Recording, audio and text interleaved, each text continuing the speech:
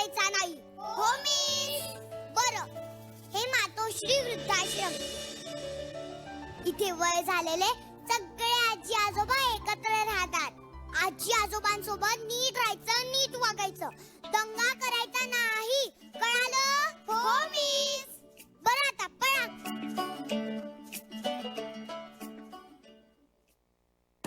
अहो चला लवकर, किती उशीर करताय तुम्ही? आलो. चला पटापटा चला.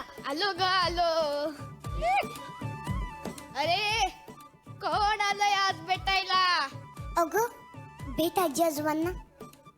अगं बाई किती गोड. थांबा, तुझ्यासाठी गंमत आणलीये बघ. बघू तुझ्यासाठी चांगली हा, फक्त बघू. फक्त तुझ्यासाठी चांगली आहे. दाखव ना गंमत. फक्त तुझ्यासाठी चांगली आहे बरं का. अरे बापरे. अहो थांबा. अच्छा, काल मी मागितलं तर म्हटलीस की लाडू संपले. हो मग मला माहिती होतं ना, आज 7 तारीख आहे.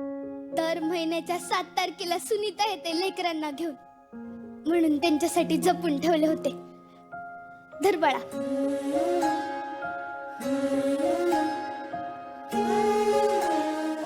OMG, माझी आजी पण सेम असेच लाडू बनवायची. मी खूप लहान होते ना. आजी आठवत नाहीये, पण तिच्या हातची चव आठवते. प्रेमाची चव साऱ्या जगात एकसारखीच असते पोरी. मॉम म्हणते माझ्या आजी आजोबा देवाघरी गेलेत. काय असतं ते सांगतो हा तुला. बस. अग, ते देवाच्या घरून तुझ्यावर लक्ष ठेवत असतील. हा, तुम्ही या घरी का आहात? तुम्हाला नाही येत नातवांची आठवण? येते ना, खूप येते. असो. हा, असो. सुनीता, दर महिन्याला 7 तारीख येतेच आणि तू असे गोड गोड पाहुणे आम्हाला भेटायला घेऊन येतेस. म्हणूनच जगतोय बघ आम्ही. नाहीतर केव्हा. ओ गप्प बसा तुम्ही. आधी मीच जाणार आहे. अजिबात नाही. आपलं काय ठरलंय? आधी मी जाणार. आपलं असं काहीच ठरलं नव्हतं. आधी मीच जाणार. माझं वर बोलणं झालंय. हा, माझं पण वर बोलणं झालंय. आधी मी जाणार. आधी मीच जाणार. आजी आजोबा, तुम्ही लहान आहात का? हे पाहुणे काय समजतील तुम्हाला की हे आजी आजोबा तर भांडण करतायत? तुला सांगतो सुनीता, कधी भांडण, कधी रुसवा. दिवसभरासाठी विषय मिळतो आणि जगण्याला निमित्त. इथं बघ पोरी. अगं हसते का? मी लहान असताना माझी आजी सुद्धा माझं तोंड असंच पुसायची. अगं पोरी, जगात कुठेही जा, बापाची कौतुकाची थाप आणि आईच्या पदराचं माप सारखंच असतं. तुम्हाला घरची आठवण येत नाही? येते ना, पण आता दोघच एकमेकांचं घर झालोय बघ. खरंय, तुटलेल्या लाकडावर पाखरू येऊन बसावं तसं होतं बघ तुम्ही आल्यावर. माई काका, तुम्हीच म्हणतात ना, जुनं आठवायचं नाही आणि मागचं साठवायचं नाही. अगं, तुला कसं माहिती आहे वाक्य? माझा डॅडा बोलतो. कुठे राहतेस तू पोरी? वरद गणपती आहे ना, त्याच्या समोर घर आहे आमचं. नाव काय तुझं पूर्ण? आसावरी संदीप पाडळकर.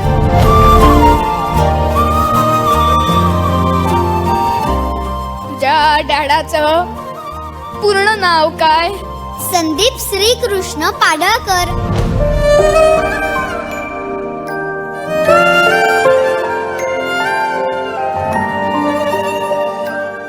श्रीकृष्ण पाडळकर.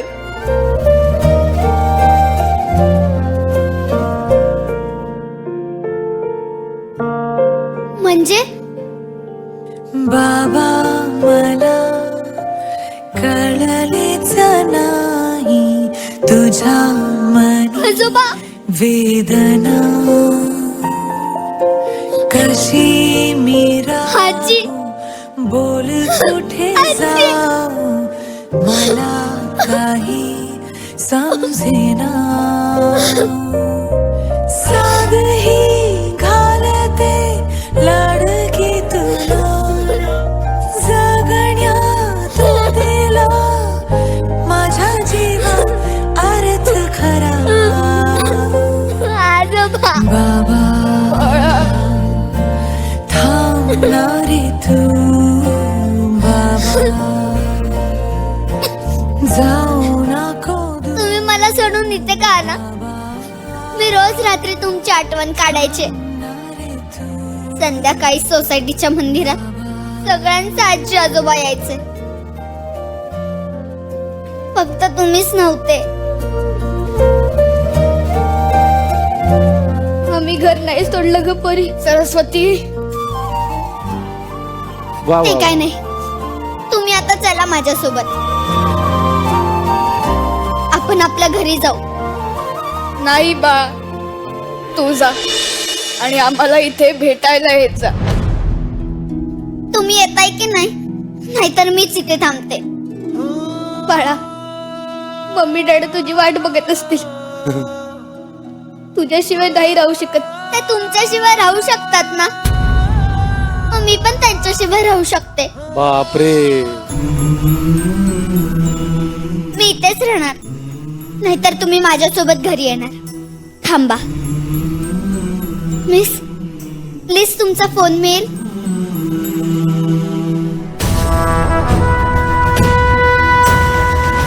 हॅलो डॅडा, तूच बोलतोस ना रे? खोटं बोललं की देव बाप्पा कान कापतो. तू तर खूप मोठं खोटं बोललास माझ्याशी.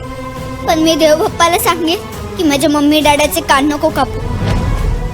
आई वडील वृद्धाश्रमात आणि मुलं पाळण्या घरात ठेवणं तुमची मजबुरी आहे. पण डॅडा, मला आजी आजोबा भेटलेत.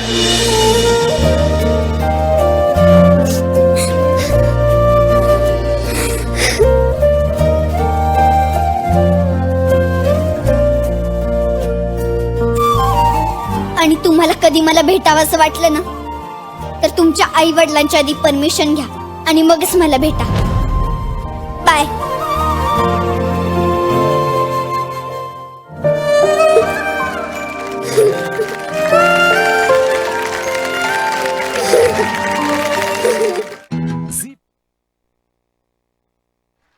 नाटक